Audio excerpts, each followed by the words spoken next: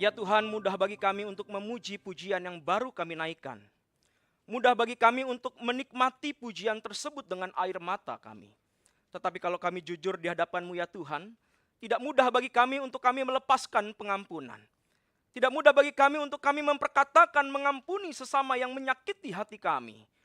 Bahkan tidak mudah juga kami untuk mengerti keadaan diri kami ini apa adanya ya Tuhan. Terkadang kami tertutup, kami bersembunyi, kami lari daripada kenyataan kehidupan kami. Bahkan kami tenggelam di dalamnya, sampai-sampai kami tidak mengerti bagaimana kami harus bangkit kembali. Tuhan, inilah kami apa adanya. Di dalam hati dan pikiran kami tidak terkecuali hamba-Mu ini. Tolonglah, kasihanilah, urapilah dengan kuasa Roh Kudus. Kami butuh kuasa Roh Kudus untuk menolong kami. Terima kasih ya Tuhan, terima kasih untuk penyertaan-Mu. Kami siap untuk menerima firman yang menolong kami, mengubahkan kami, dan membawa kami di dalam jalan yang benar. Dalam nama Yesus Kristus, Tuhan Juru Selamat kami, dan oleh pertolongan Roh Kudus kami memohon belas kasihan Tuhan. Amin. Silakan duduk Bapak Ibu Saudara yang kasih Tuhan. Lebih dari 1000 kilometer Tuhan bawa GI3 untuk sampai di tempat yang jauh sana. Dan Tuhan izinkan saya untuk melayani dengan jarak 1000 kilometer. Tentu tidak jalan kaki. Kalau jalan kaki pasti saya tidak akan sampai hari ini, saudara. Tapi Tuhan izinkan untuk GI3 boleh ada di sana, di Fukuoka. Dari sanalah saya melayani dan menuju ke tempat ini untuk berjumpa dengan saudara-saudara sekalian. Berjumpa dengan Pak Sumi dan Ibu yang boleh sehat, kuat dalam anugerah Tuhan, dan semua jemaat yang telah mendoakan dan mendukung GI3 Fukuoka sehingga boleh ada sampai hari ini. Saudara, nama saya Ade Efra Anugrah Gebu. Puji Tuhan, saya boleh melayani di Fukuoka dan berjumpa dengan saudara-saudara. Saudara, mari kita akan melihat dan merenungkan bagian firman Tuhan untuk kita pikirkan bersama. Tema kita adalah pemulihan antar generasi. Saudara, mari kita buka Alkitab kita dalam Kejadian 45. Ayat yang pertama sampai dengan ayat yang ke-10. Dan kemudian pasal 50 ayat 15 sampai dengan ayatnya yang ke-21. Kalau saudara-saudara sudah mendapatkannya, saya akan membaca ayat yang pertama atau ayat yang bernomor ganjil dan ayat yang bernomor genap Bapak Ibu Saudara. Ya, demikian. Oke, sudah dapat Alkitabnya, boleh lihat kanan kirinya. Ada Alkitabnya enggak sebelah kanan kirinya? Kalau enggak ada modal, temannya boleh tolong kasih. Kasihan ya, hari gini enggak punya Alkitab, ampun dah. Iya kan? Ada Alkitabnya? Oke, jangan-jangan banyakin Facebook, Instagram, dan kawan-kawannya, aplikasi Alkitab pun tak punya. Ya, saya baca ayat pertama, saudara, ayat yang kedua ya. Saya membaca dengan terjemahan, ada di sini rupanya. Baik, kalau begitu saya ikut yang depan. Ketika itu Yusuf tidak dapat menahan hatinya lagi di depan semua orang yang berdiri di dekatnya. Lalu berserulah ia, suruhlah keluar semua orang dari sini. Maka tidak ada seorang pun yang tinggal di situ bersama-sama Yusuf ketika ia memperkenalkan dirinya kepada saudara-saudaranya.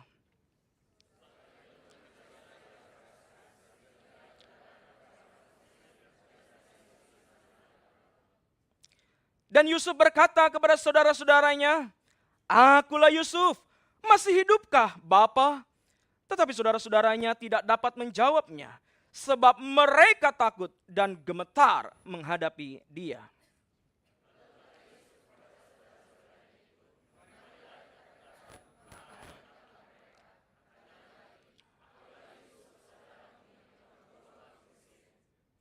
Tetapi sekarang, janganlah bersusah hati dan janganlah menyesali diri, karena kamu menjual aku ke sini. Sebab untuk memelihara kehidupanlah Allah menyuruh aku mendahului kamu.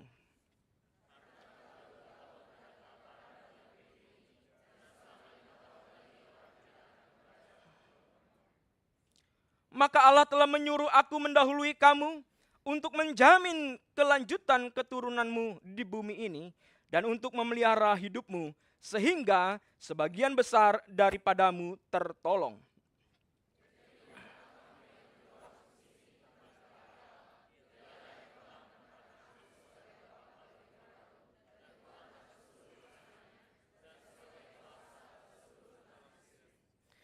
Segeralah kamu kembali kepada bapa dan katakanlah kepadanya, beginilah kata Yusuf anakmu, Allah telah menempatkan aku sebagai tuan atas seluruh Mesir. Datanglah mendapatkan aku, janganlah tunggu-tunggu.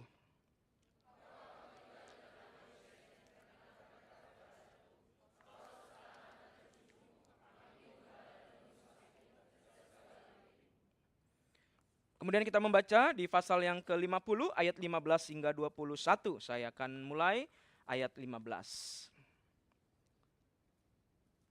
Baik, sudah dapat? Belum tampilkan? Ketika saudara-saudara Yusuf melihat bahwa ayah mereka telah meninggal, mereka berkata, boleh jadi Yusuf masih dendam terhadap kita dan akan membalas sepenuhnya kepada kita segala kejahatan yang telah kita lakukan kepadanya.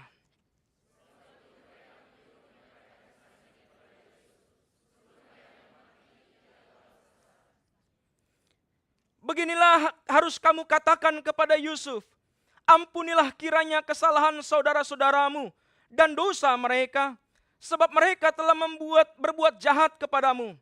Maka sekarang, ampunilah kiranya kesalahan yang dibuat hamba-hamba Allah ayahmu.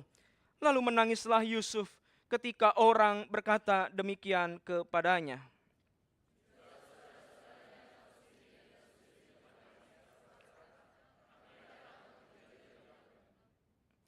Tetapi Yusuf berkata kepada mereka, janganlah takut, sebab aku inikah pengganti Allah.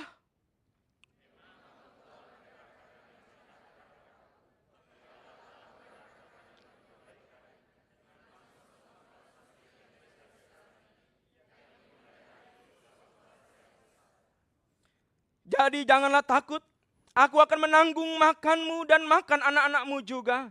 Demikianlah ia menghiburkan mereka dan menenangkan hati mereka dengan perkataannya. Demikian jauh pembacaan firman Tuhan, yang diberkati adalah mereka yang membaca, merenungkannya, dan melakukan dalam kehidupan hari lepas hari. Saudara yang kasih Tuhan, pemulihan antar generasi. Tema besar GI3 adalah generasi beriman, alat kebenaran. Bilang sama kanan kiri kita, kamu alat kebenaran. Bilang lagi sebelahnya, tapi kamu harus punya iman. Iya kan? Banyak orang mau jadi alat kebenaran, tapi tanpa iman, alat kebenaran menjadilah alat bagi kepuasan dirinya. Tanpa iman, semuanya hanya berjalan demi dan demi untuk keinginan-keinginan diri. Saudara, kalau kita melihat di dalam generasi, baik itu generasi yang usianya hari ini mungkin 80 tahun, ada di sini yang bapak-bapak, ibu-ibu usia 80 tahun, selain Pak Atsumi lah ya. Kalau Pak Atsumi orang tua kita. Ada bapak, ibu? Cuman Pak Atsumi ya. Di bawahnya ada generasi yang berumur 60, 70 tahun, ada? Enggak ada? Oh ada ibu, wah puji Tuhan, masih sehat, senyumannya luar biasa. Ya, ada yang berumur 40, 60 tahun antara itu? Banyak ya, banyak. Ada yang berumur 30-an tahun sampai 45 tahun? Jangan malu-malu.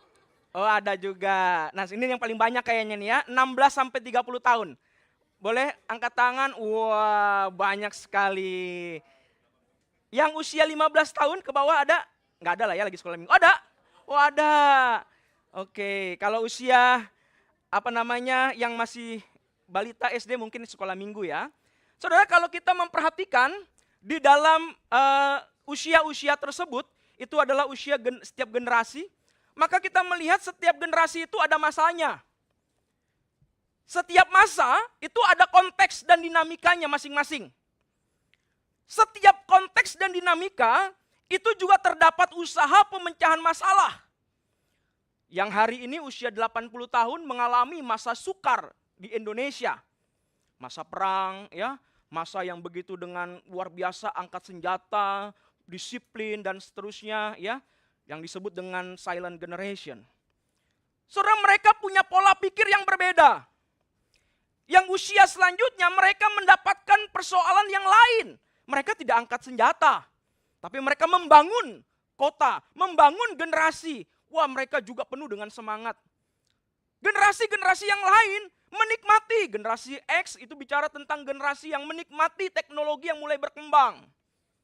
Maka kalau opa omanya tanya handphone, pasti dia nggak tanya kepada omanya. Oma, ini bagaimana?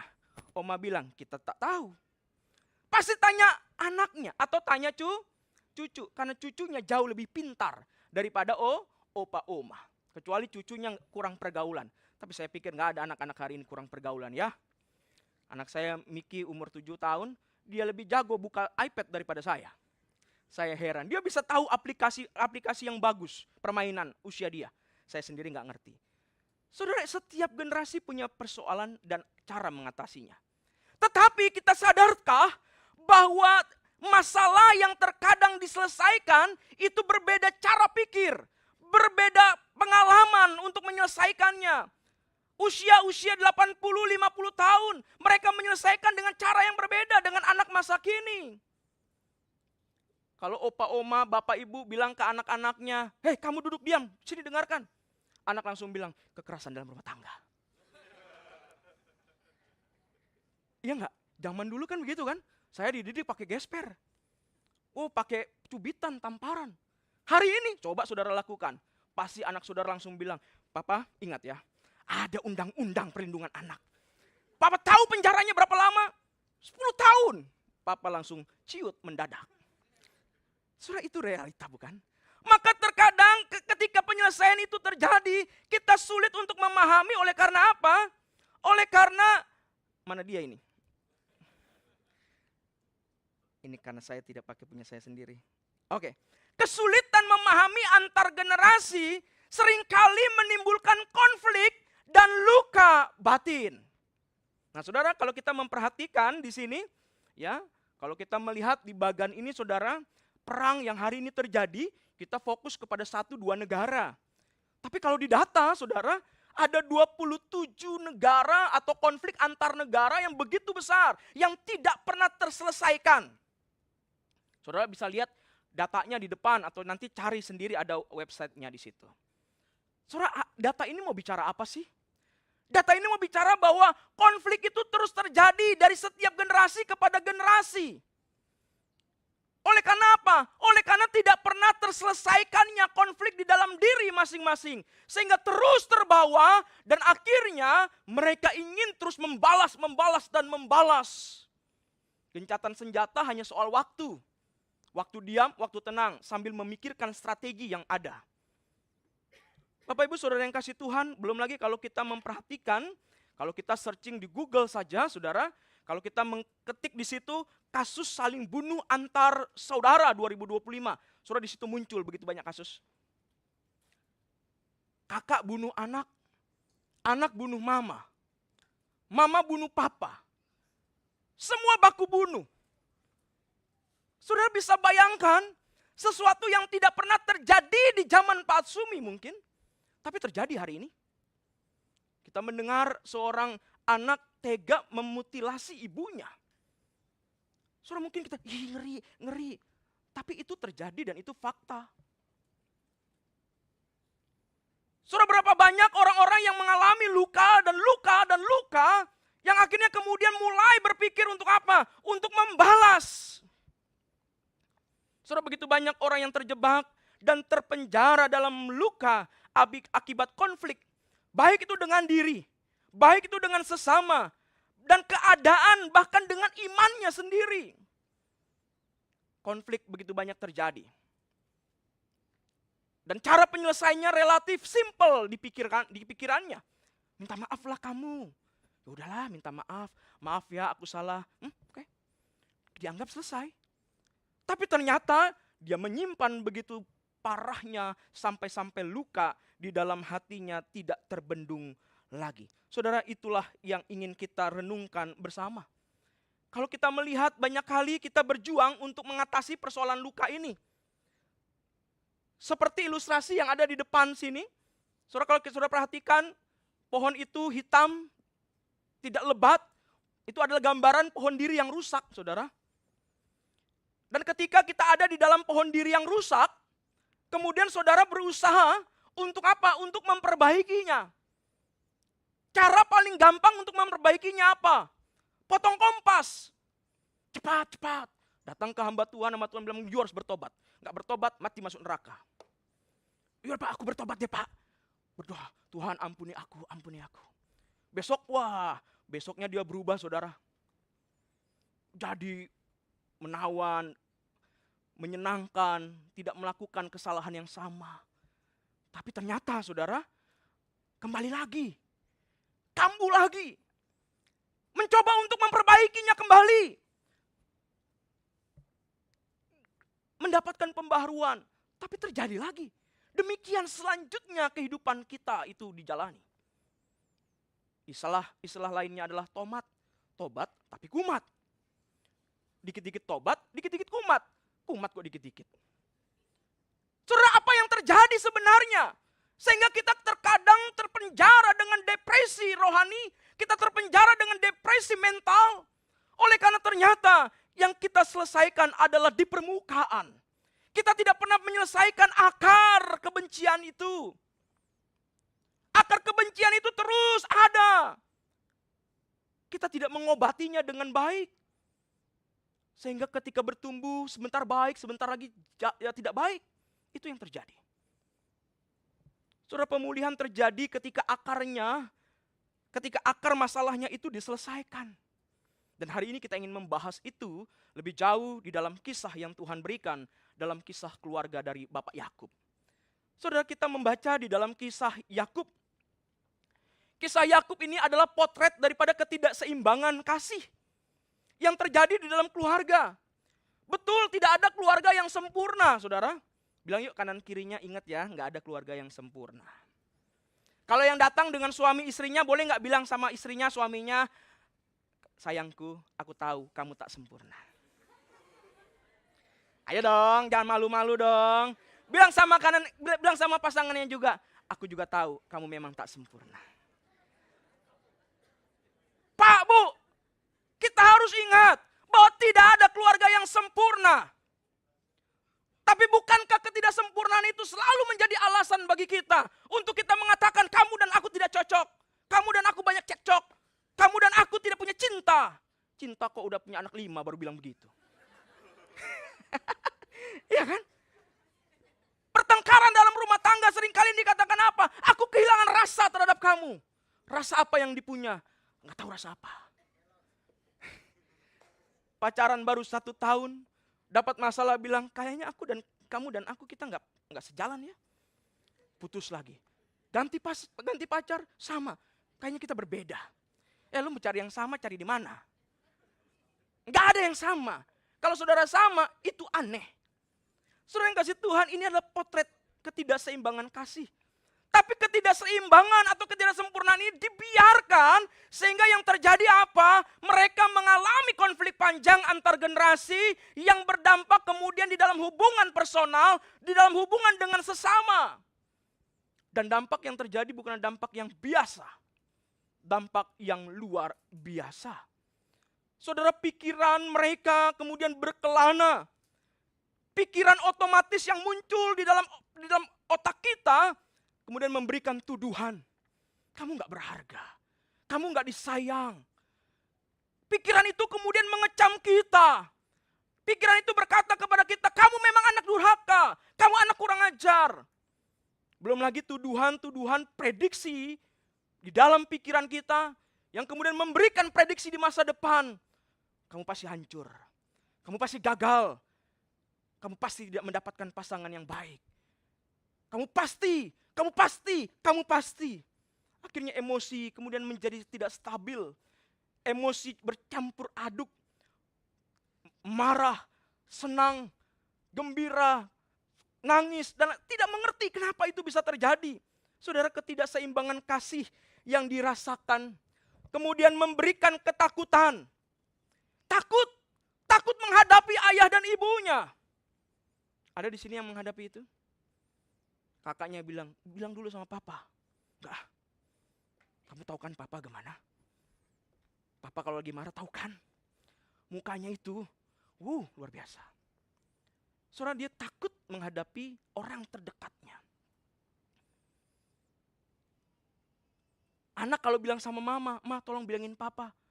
Mama langsung bilang, "Enggak ah, papa lagi capek." Papa kalau lagi capek tuh marahnya begitu luar biasa. Saudara bayangkan, di dalam hubungan sesamanya saja mereka ada dalam ketakutan. Ketidakseimbangan kasih juga memupuk luka dengan perasaan yang akhirnya merendahkan diri sendiri. Aku memang gak pantas untukmu. Saudara, belum lagi ada tirani yang disebut tirani keharusan. Orang dengan luka, dia terus ada dalam penjara, harus. Pokoknya, aku gak mau tahu. Mengerjakan sesuatu, kemudian mengatakan, harus selesai. Bilang kepada anak buahnya, rekan pelayanan, bilang, pokoknya kamu harus buat begini ya. Gak mau tahu, pokoknya harus benar. Saudara, tirani keharusan itu terus membayangi dirinya. Kenapa? Karena dia mengalami ketakutan begitu luar biasa. Nampaknya disiplin, tapi ternyata dia sedang menutupi perasaan rendah dirinya. Ketakutan gagalnya, takut tidak dihargai, takut tidak dikatakan tanggung jawab. Dia ingin mencari sesuatu nilai yang tidak bisa didapatkan dengan cara yang stabil. Saudara, ini yang terjadi. Belum lagi akhirnya dia menjadi sensitif. Selalu marah, dikit-dikit marah, dikit-dikit nangis, gak jelas arah dan tujuan emosinya. Dan akhirnya saudara, inilah yang kita jumpai, pikiran dan tindakannya berujung kepada tindakan-tindakan yang tidak atau berlawanan dengan firman Tuhan. Saudara yang kasih Tuhan, mari kita perhatikan ada peristiwa luka di sini. Ada peristiwa dan luka di sini. Kalau kita membaca, memang ada banyak ayat-ayat, tetapi saya tidak bisa tampilkan semua tentu. Kita baca satu saja di sini. Kejadian 29 ayat 30, saudara. Mari kita perhatikan di situ. Yakub dikatakan apa? Menghampiri Rahel juga, malah ia lebih cinta kepada Rahel daripada kepada Lea. Demikianlah ia bekerja pula pada Laban 7 tahun lagi. Saudara, mari kita lihat yang pertama, kita akan melihat tentang ayah dan ibu daripada Yusuf dan saudara-saudaranya. Atau Yakub dan Rahel, Lea, dan budak-budaknya. Saudara, yang pertama, Yakub mengalami pengalaman begitu sangat menyakitkan.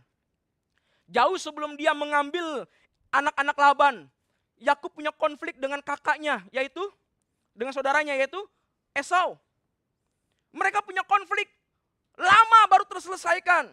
Belum lagi Yakub juga mengalami konflik dan luka di dalam peristiwa ditipu oleh Laban. Lari dari Laban. Wah, persoalannya begitu luar biasa, panjang. Yang kedua, Yakub mengalami cinta pada Rahel namun ditipu dengan Lea. Dia tidak mau dengan Lea, tapi diberikan Lea. Dia ambil, tapi dia ambil dengan luka. Dia ambil dengan kemarahan. Dia ambil Lea, tapi dia memilih Rahel, dia berjuang untuk Rahel. Belum lagi kita menemukan Rahel dan Lea kemudian bersaing keturunan. Maka mereka masing-masing memberikan budaknya. Ada persaingan dalam keluarga. Makanya jangan coba-coba poligami. Modelnya begini. Ada yang ketawanya kenceng banget. Iya kan? Emang gampang poligami? Wah saudara, ini yang terjadi. Apalagi ketika Rahel meninggal dunia setelah melahirkan Benyamin, maka Yakub semakin sayang kepada Yusuf dan Benyamin. Karena ini anak dari istri yang dicintainya.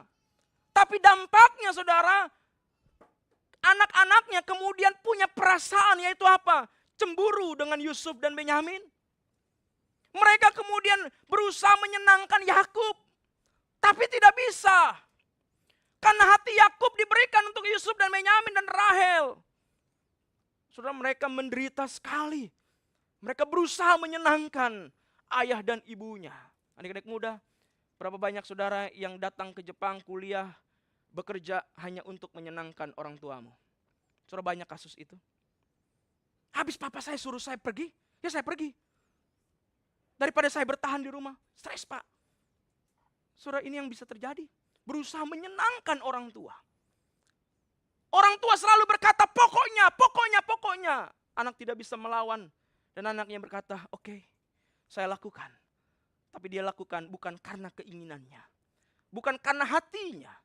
Tapi dia lakukan hanya kewajibannya. Orang tua, seringkali kita menjadi orang tua. yang ingin dihormati, yang ingin dihargai, bukan dengan cinta, tapi dengan ketundukan. Kita memaksa anak-anak kita untuk mengerti kita.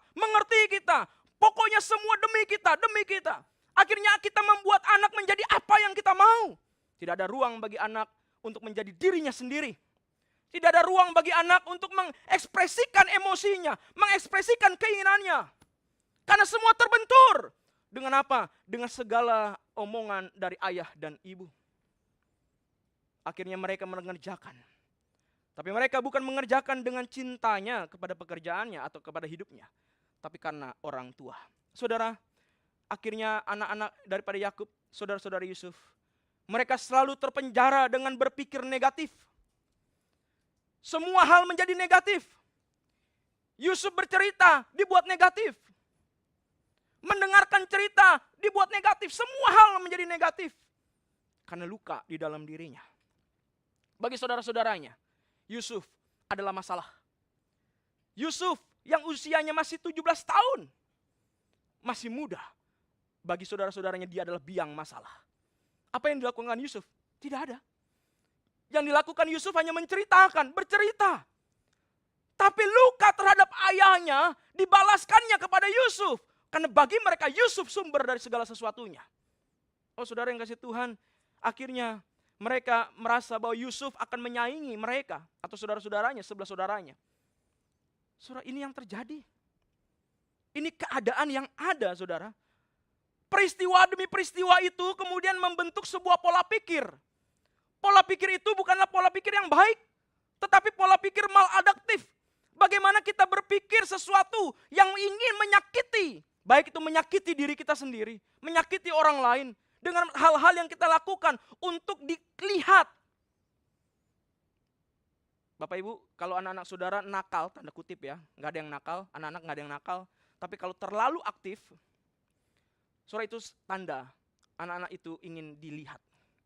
Kalau ingin dilihat, ada sesuatu yang terjadi pada dirinya. Ya, saudara, akhirnya perasaan dan tindakannya juga kemudian tidak terarah.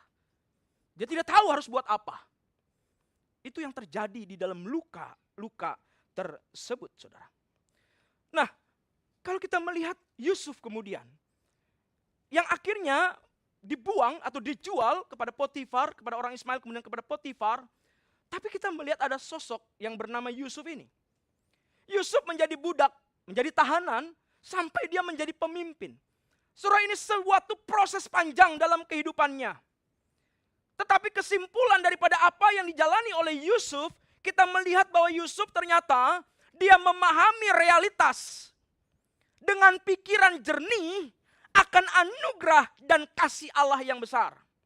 Ini yang terjadi dalam kehidupan Yusuf. Saudara, prestasi di rumah Potifar. Sekalipun Yusuf dibuang oleh keluarga, tapi dia dikasihi oleh majikannya. Yusuf juga menjadi pribadi yang lulus ujian. Kata firman Tuhan yang begitu indah di sini dikatakan, Yusuf mengatakan, bagaimana mungkin aku melakukan kejahatan yang besar ini ketika dia digoda oleh istri daripada Potifar. Bagaimana mungkin aku berbuat dosa kepada Allah. Saudara, luar biasa pikiran itu. Tapi pikiran itu tidak lahir begitu saja. Ada proses yang membuat dia berpikir demikian. Yusuf kemudian difitnah, dipenjara, tapi di penjara dia tetap eksis. Dia tetap menunjukkan dirinya apa adanya. Sampai dia menjadi pemimpin di Mesir.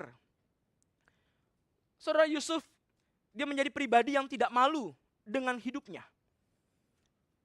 Dia pribadi yang tidak menutupi siapa dirinya. Demikianlah yang dikatakan oleh Tozer. Dia mengatakan demikian.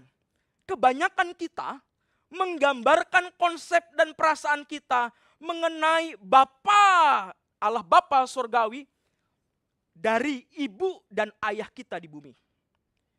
Dan perasaan-perasaan ini saling bercampur dan rancu.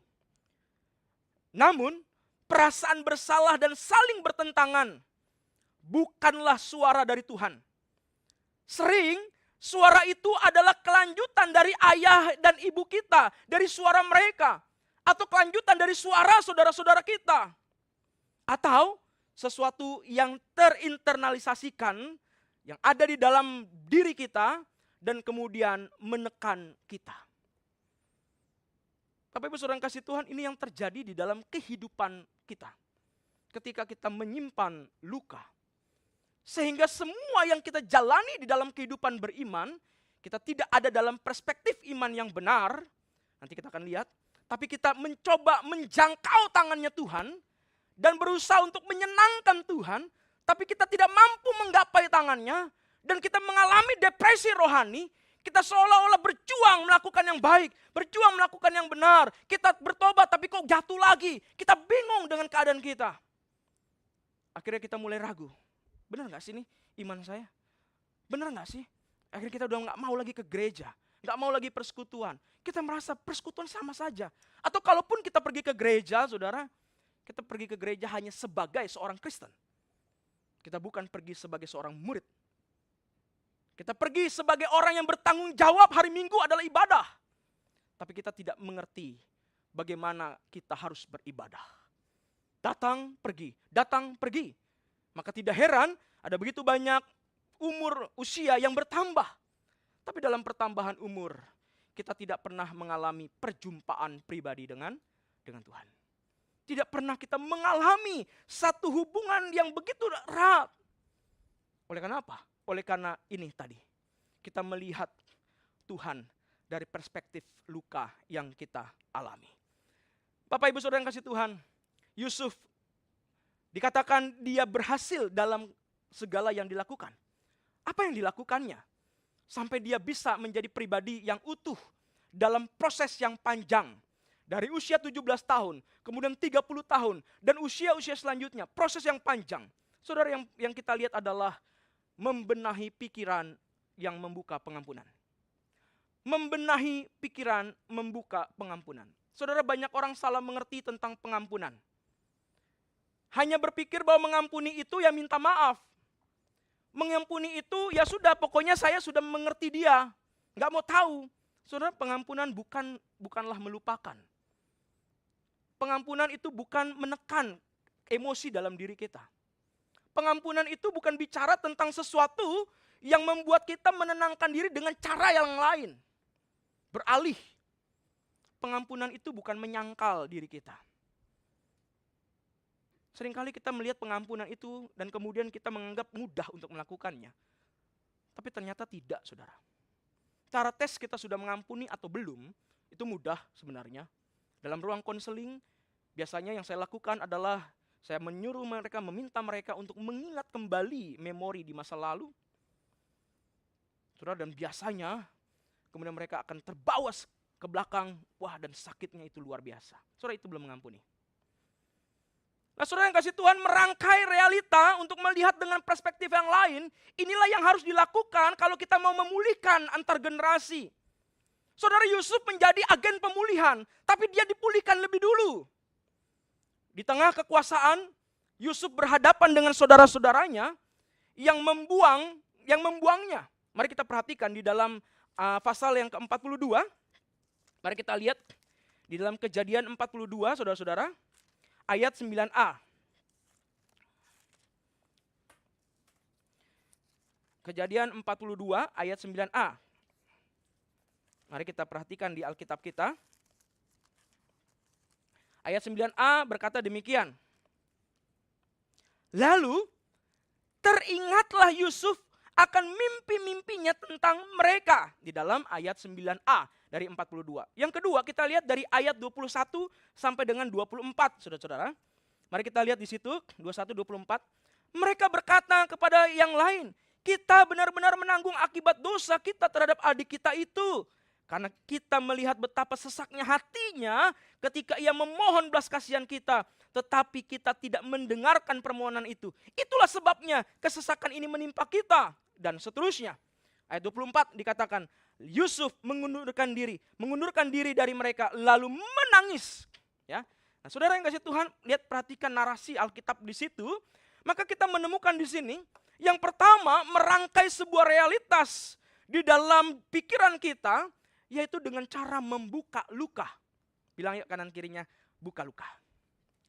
Bukalah lukamu. Saudara, ketika Yusuf berhadapan dengan saudaranya yang menyakitinya, yang dia lakukan, dia berusaha menahan. Tapi kemudian dia melepaskan luka itu. Saudara, membuka luka, yaitu dengan cara Yusuf melihat, mengingat mimpinya, mengingat perjalanan kehidupannya, dia menangis. Dan tangisannya itu adalah respon. Respon atas emosi. Tetapi dia tidak lari atau terbenam dengan amarah. Saudara perhatikan di sini ya. Menangis. Tapi dia tidak tinggal dalam tangisan pedih. Berteriak. Tapi dia tidak berteriak dalam amarah. Menjerit. Tapi dia tidak menjerit karena putus asa. Tapi dia mengekspresikan emosi itu. Dan kemudian dia melihat bahwa aku tidak boleh lari dari hal ini. Kenapa? Oleh karena dia memberikan empati kepada keluarganya itu. Datang dari jauh tanah perjanjian. Mereka dalam kelaparan, bencana. Masih 7 tahun, masih 2 tahun, masih panjang. Yusuf melihat itu. Dia sudah buka lukanya. Dan dia lihat orang di depannya yang membutuhkan pertolongan. Maka kemudian yang terjadi di sini saudara. Ada pointer. Yang terjadi adalah mengendalikan pikirannya. Dan kemudian fokus ke hal yang lebih mulia. Yaitu apa? Untuk ayahnya. Untuk orang-orang yang dia cintai, keluarga besarnya. Untuk mereka. Maka dia segera untuk memberikan empati dalam persoalan. Saudara, yang berikutnya, Yusuf kemudian melihat apa sih manfaatnya. Manfaat dalam mengampuni. Yusuf melihat dan mengingat bahwa ketika dia membuka dirinya, dia berkata bahwa untuk inilah aku di sini. Perhatikan ya, di tengah-tengah situasi yang begitu dramatis, Yusuf kemudian mengatakan, karena kelaparan inilah, Allah menyuruh aku untuk datang ke sini lebih dulu. Demi kamu. Wah, saudara yang kasih Tuhan, bisa gak kita lakukan itu ya? Bisa gak kita lakukan? Tanya kanan kirinya, bisa gak kamu lakukan itu? Saudara, itu yang terjadi. Aku di sini bukan karena kebencianku, tapi karena Tuhan membawa aku ke sini. Saudara, dia melihat manfaat pengampunan itu. Merangkai semua peristiwa. Seperti puzzle yang berantakan, dirangkai satu persatu. Dan dia melihat, oh ini bukan karena manusia, tapi karena Tuhan. Maka Yusuf memegang komitmen itu. Dia memegang komitmen mengampuni. Ketika hari tuanya, saudara-saudaranya takut. Ketika ayahnya sudah meninggal, saudara-saudaranya takut. Jangan-jangan Yusuf balas dendam. Karena selama masih ada ayah, dia tidak mungkin lakukan itu. Tapi Yusuf kemudian tetap pegang komitmennya. Dia mengatakan dalam Kejadian 50 yang kita baca. Kenapa sangkamu aku ini mengganti Allahmu? Saudara, dia pegang komitmen itu. Dia terus pegang komitmen itu sampai akhir kehidupannya. Saudara, inilah yang Yusuf lakukan. Inilah yang harus dilakukan setiap generasi. Kalau mau ada dalam pemulihan. Proses hidup Tuhan kepada saya bukan persoalan yang bukan jangka waktu yang pendek. Saya bisa mengampuni keluarga, mengampuni orang-orang di sekitar saya dalam proses yang panjang. Maka pengampunan bukan sesuatu yang terjadi satu malam. Pengampunan hanya dimulai ketika kita siap membuka kembali luka itu. Dan siap untuk membenahi pikiran kita dengan pikiran yang baru. Dengan iman yang Tuhan berikan kepada kita. Maka saudara, beriman bukan berarti selalu mempositifkan semua realitas. Seringkali kita salah mengerti tentang iman. Orang mengatakan, kamu beriman, kamu gak boleh marah. Kamu beriman, kamu gak boleh nangis. Kamu beriman, kamu gak boleh takut. Kamu beriman, kamu gak boleh melihat kekurangan orang lain. Saudara, beriman bukan itu. Beriman bukan mempositifkan segala sesuatu. Mempositifkan realitas kesakitan hatianmu. Beriman bukan bicara tentang mempositifkan semua hal yang terjadi. Iman adalah pengharapan dan kepercayaan kepada Allah. Di dalam realitas yang ada. Beriman artinya mengizinkan realitas itu terjadi. Beriman artinya kita melihat semua yang keadaan itu. Dengan iman yang membuka pikiran kita. Untuk menerima situasi baik atau buruk. Dengan iman jugalah Kita kemudian mengevaluasi sebab akibat. Dengan iman juga kita berusaha untuk memahami maksud Tuhan di dalam kenyataan tersebut. Itulah iman. Iman bukan membuat kita lari. Iman bukan membuat kita bersembunyi. Iman bukan membuat kita kemudian menjadi pribadi yang kerdil, takut, menyerah, munafik. Minggu lalu pendeta mimbar berkhotbah tentang siapa? 500 orang, lupa semua. Tentang Yunus. Bukan Yunus di perut ikan yang diceritakan. Tapi Yunus yang SMS. Senang melihat orang susah. Dan pendeta mimbar mengatakan kebencian, yaitu apa? Kebencian ada dua, aktif dan pasif. Betul, saya tidak mengatakan itu salah. Tapi aktif dan pasifnya itu bicara output. Inputnya bicara tentang dalam. Kalau orang berpikir membenci di dalam kepasifan, dia pasti akan membenci dalam keaktifan. Kenapa? Karena akarnya terus berkembang. Terus ada. Dia bisa menjalankan perkawinan, tapi bukan dengan cinta. Hanya sebatas komitmen. Karena malu dong kalau cerai. Apa kata dunia? Dia menjalankan kehidupan hanya sebatas, kan harus hidup. Tidak tahu tujuan hidupnya apa. Bertumbuh menjadi dewasa. Tapi bingung, saya sudah 24 tahun, 25 tahun, gini-gini aja hidup. Iya kan? Udah 35 tahun, jodoh tak kunjung datang. Bukan salahmu jodoh tak kunjung datang. Tapi salah jodohnya gak mau datang. Saudara-saudara yang belum menikah, dengar baik, lebih baik terlambat menikah daripada gagal menikah. Bilang yang belum menikah. Tuh, dengar. Lebih baik saya terlambat daripada nggak pernah gagal menikah.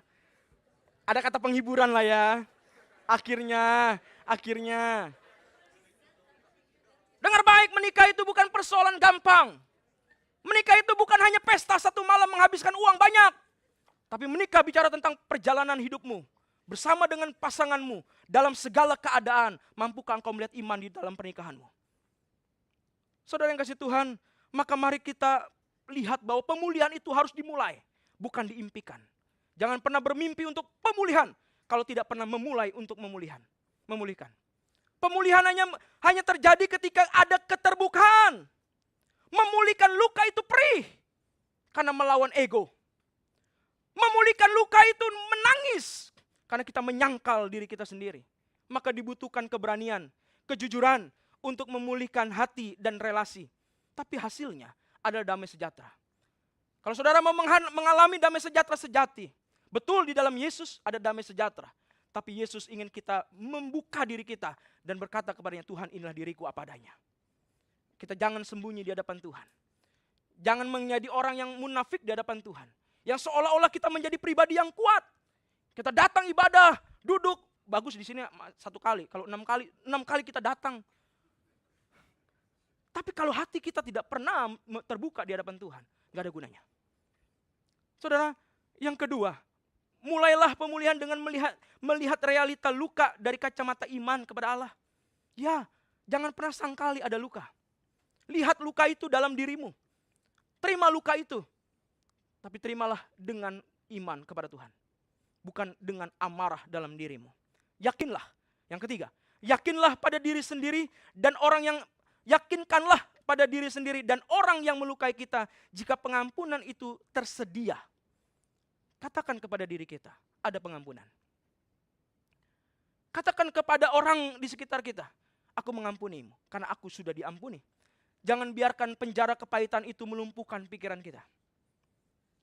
Jangan biarkan kepahitan itu terus ada dalam diri kita.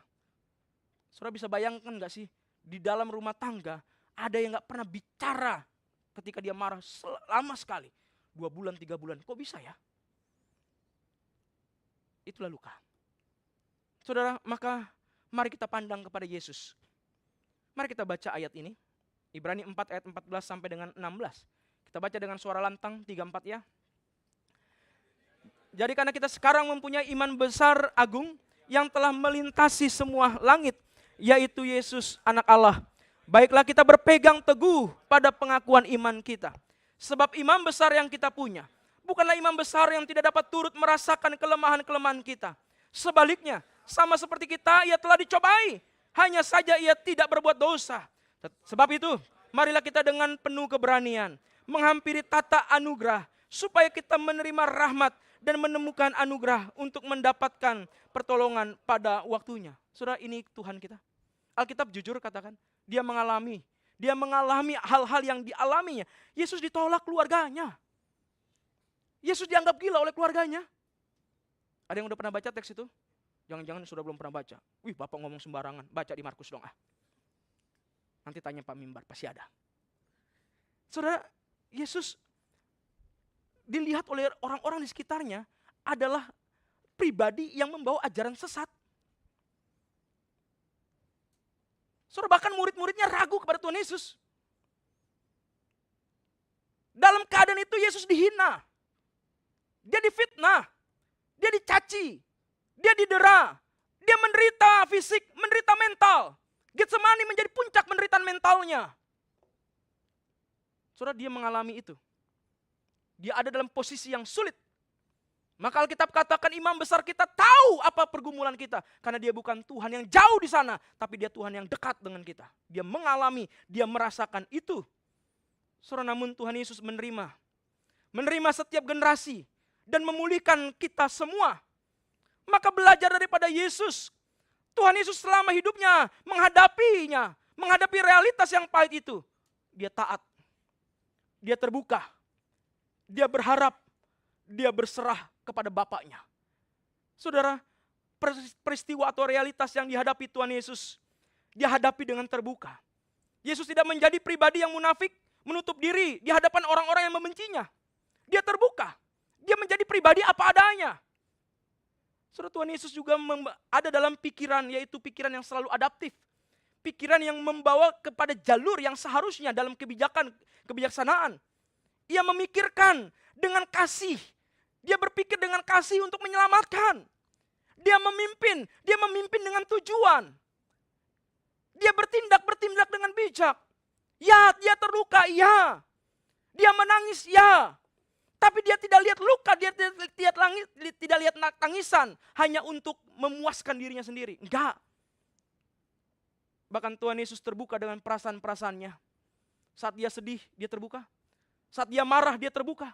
Saat dia takut, dia terbuka. Saat dia harus marah, dia marah kok.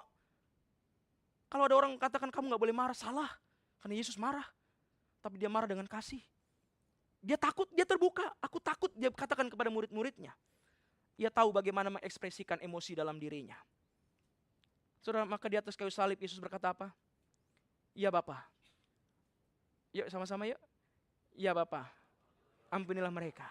Sebab mereka tidak tahu apa yang mereka perbuat. Yesus berkata kepada saudara-saudaranya, memang kamu mereka-rekakan yang jahat. Memang kamu berbuat sesuatu yang jahat. Tapi Allahku telah membuatnya itu untuk kebaikan. Di tengah-tengah persoalan Stefanus dirajam batu, dia berkata dalam doanya, Tuhan ampunilah mereka. Di tengah-tengah keadaan dirinya, tokoh-tokoh gereja, dia berani berdiri. Bukan berarti tidak ada luka, tapi menghadapi luka dengan mata iman yang tertuju kepada Tuhan.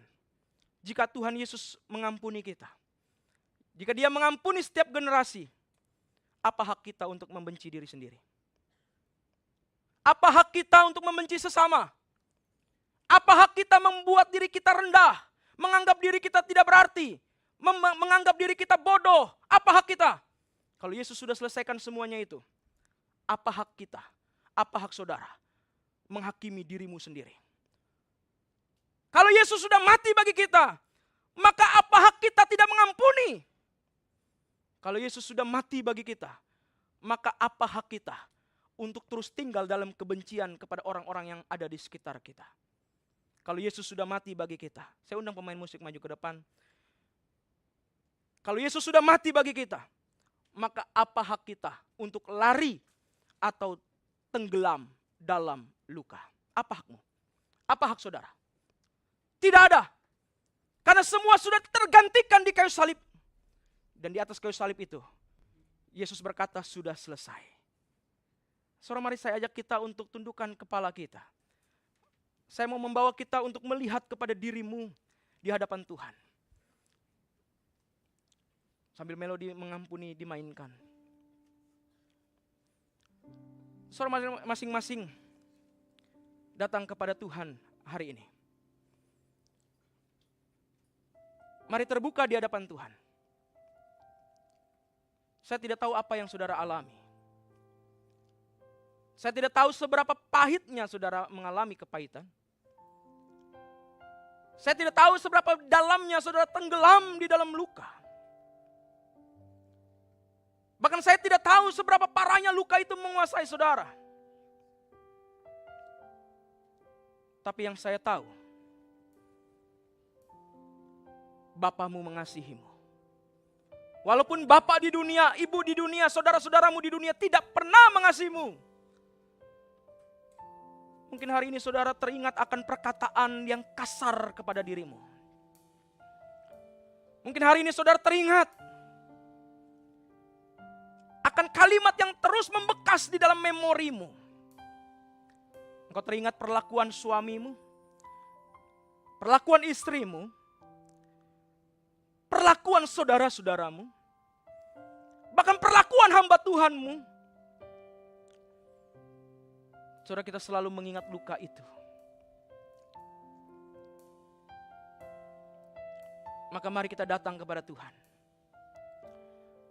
Datang dengan penuh kerendahan hati. Menangis di hadapan Tuhan. Dan siapkah engkau membuka lukamu kembali? Membuka diri jauh lebih baik daripada kita menutupinya. Saudara, mari masing-masing berdoa di hadapan Tuhan. Tidak usah lihat kanan kiri saudara. Mari masing-masing merespon diri di hadapan Tuhan.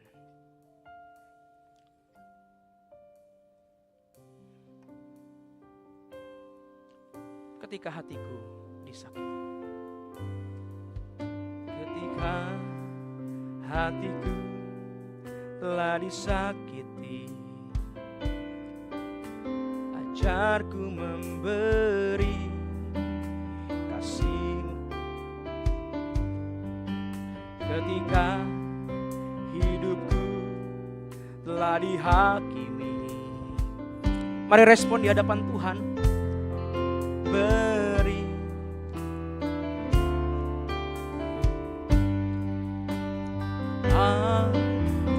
ampuni bila kami tak mampu mengampuni yang bersalah kepada kami, seperti hati Bapa mengampuni, mengasihi tiada.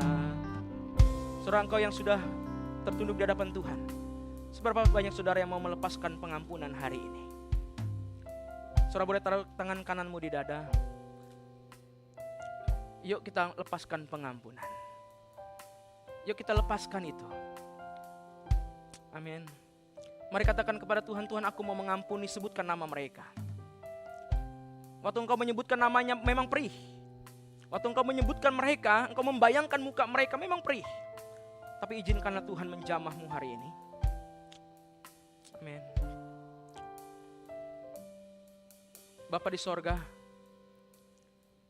engkau sungguh melihat anak-anakmu di tempat ini, dalam ruangan ini. Air mata yang jatuh, hati yang merintih, tanda mereka ingin menyelesaikan amarah mereka. Tuhan, lihatlah mereka masing-masing. Dekaplah mereka dengan kasih-Mu. Biarlah kami boleh mengalami atau merasakan pelukan-Mu yang hangat. Engkau Tuhan yang tidak tinggalkan kami. Engkau Tuhan yang tidak lupa kepada kami. Sekalipun ayah ibu kami meninggalkan kami, sekalipun orang-orang di sekitar kami tidak mengerti kami, tapi kami punya Tuhan yang mengerti kami. Ya Tuhan, jangan biarkan iblis mengacaukan pikiran kami. Jangan biarkan pikiran kami membawa kami kepada realitas yang tidak berarti. Tolong kami ya Tuhan. Jamah kami. Kasihani kami. Berikanlah kami hati yang mengampuni Tuhan. Berikanlah hati kami yang siap untuk melepaskan pengampunan. Sehingga pemulihan antar generasi itu terjadi dimulai dari kami. Ini doa kami. Terima kasih Tuhan, berkatilah gereja ini. Pendeta mimbar sekeluarga, Bapak Ibu Atsumi, para majelis, semua jemaat kami serahkan ke dalam tangan Tuhan. Biar gereja GI3 Tokyo boleh dibangun berlandaskan kasih. Yang di dalamnya ada pengampunan, penerimaan, pemulihan. Berkatilah semua pergumulan-pergumulan kami. Pergumulan pekerjaan kami. Bahkan yang lebih besar pergumulan bangsa-bangsa yang terluka setiap generasi. Sehingga perang terus terjadi.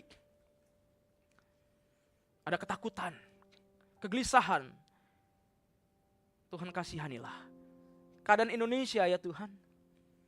Kalau orang berkata bahwa Indonesia gelap, maka kami berkata dengan iman kami, Indonesia terang dalam anugerah Tuhan. Berkatilah presiden, wakil presiden bersama dengan jajaran yang ada.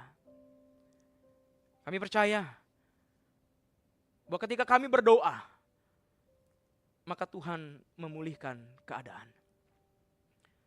Ketika kami berdoa, maka kami melihat adanya hikmat bijaksana daripada Tuhan. Terima kasih Bapa. Sekali lagi kami serahkan untuk setiap jemaat Tuhan yang mau berkomitmen untuk mengampuni. Tuhan berkatilah mereka. Hamba-Mu selesai menyampaikan firman Tuhan, tapi hamba percaya bahwa Engkau tidak pernah selesai meneruskan firman-Mu. Dalam nama Yesus Kristus Tuhan Juru Selamat kami berdoa dan kami mengakhirinya dengan doa yang Kau ajarkan kepada kami. Masing-masing kita berkata, Bapa kami yang di sorga, dikuduskan nama-Mu. Datanglah kerajaan-Mu, jadilah kehendak-Mu di bumi seperti di sorga. Berikanlah kami pada hari ini makanan kami yang secukupnya, dan ampunilah kami akan kesalahan kami, seperti kami juga telah mengampuni orang yang bersalah kepada kami. Dan janganlah membawa kami ke dalam pencobaan, tetapi lepaskanlah kami dari yang jahat. Karena Engkau yang punya kerajaan dan kuasa dan kemuliaan sampai selama-lamanya. Amin. Boleh tos kanan kirinya katakan, kita damai dalam Tuhan. Tuhan Yesus memberkati kita semua. Saya kembalikan kepada liturgos.